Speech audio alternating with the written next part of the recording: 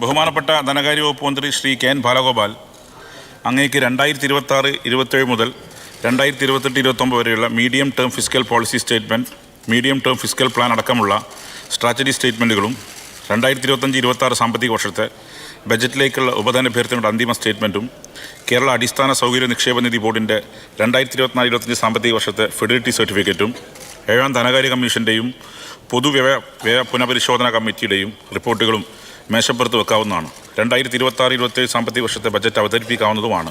Yes minister. Sir, 2027 മുതൽ 2028-2029 വരെയുള്ള medium time fiscal policy statement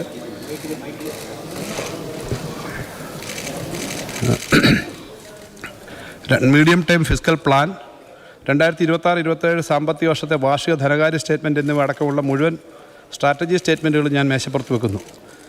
2025-26 സാമ്പത്തിക വർഷത്തെ ബഡ്ജറ്റിലേക്കുള്ള ഉപധനാഭ്യർത്ഥനകളുടെ അന്തിമ സ്റ്റേറ്റ്മെൻറ്റ്, കേരള അടിസ്ഥാന സൗകര്യ നിക്ഷേപ നിധി ബോർഡിൻ്റെ 2024-25 സാമ്പത്തിക വർഷത്തെ ഫിഡിലിറ്റി സർട്ടിഫിക്കറ്റ്, 7ാം ധനകാര്യ കമ്മീഷൻ്റെ 1ാമത് റിപ്പോർട്ട്, ആയതിന്മേലുള്ള ആക്ഷൻ ടേക്കൺ റിപ്പോർട്ട്, 7ാമത് പൊതുവ്യയ പുനഃപരിശോധന കമ്മിറ്റിയുടെ ആദ്യ റിപ്പോർട്ട് എന്നിവയും മേശപ്പുറത്ത് വെക്കുന്നു.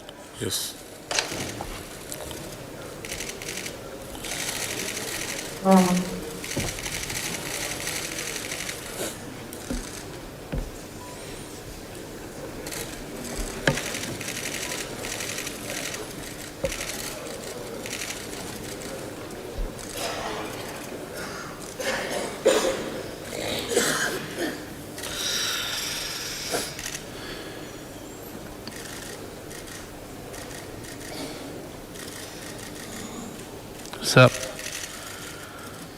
2026-27 സംസ്ഥാന ബജറ്റ് അവതരിപ്പിക്കുന്നത് ഏറെ സന്തോഷത്തോടെയും അതിലേറെ അഭിമാനത്തോടെയുമാണ്. ധനമന്ത്രി എന്ന നിലയിൽ ഞാൻ അവതരിപ്പിക്കുന്ന 6ാമത്തെ ബജറ്റാണിത്. സംസ്ഥാന സർക്കാരിന് വേണ്ടി ഞാൻ അവതരിപ്പിച്ച ഓരോ ബജറ്റും തെരഞ്ഞെടുപ്പ് കാലത്ത് ജനങ്ങൾക്ക് നൽകിയ വാഗ്ദാനങ്ങൾ പാലിക്കുന്നതിന് കൃത്യമായി ആസൂത്രണം ചെയ്ത പരിപാടികളുടെ പ്രഖ്യാപനങ്ങളായിരുന്നു. തെരഞ്ഞെടുപ്പ് മാനിഫെസ്റ്റോയിൽ അവതരിപ്പിച്ച കാര്യങ്ങൾ നടപ്പിലാക്കുന്നതിൽ കൈവരിച്ച പുരോഗതി ഞങ്ങൾ ജനസമക്ഷം അവതരിപ്പിച്ചിരുന്നു.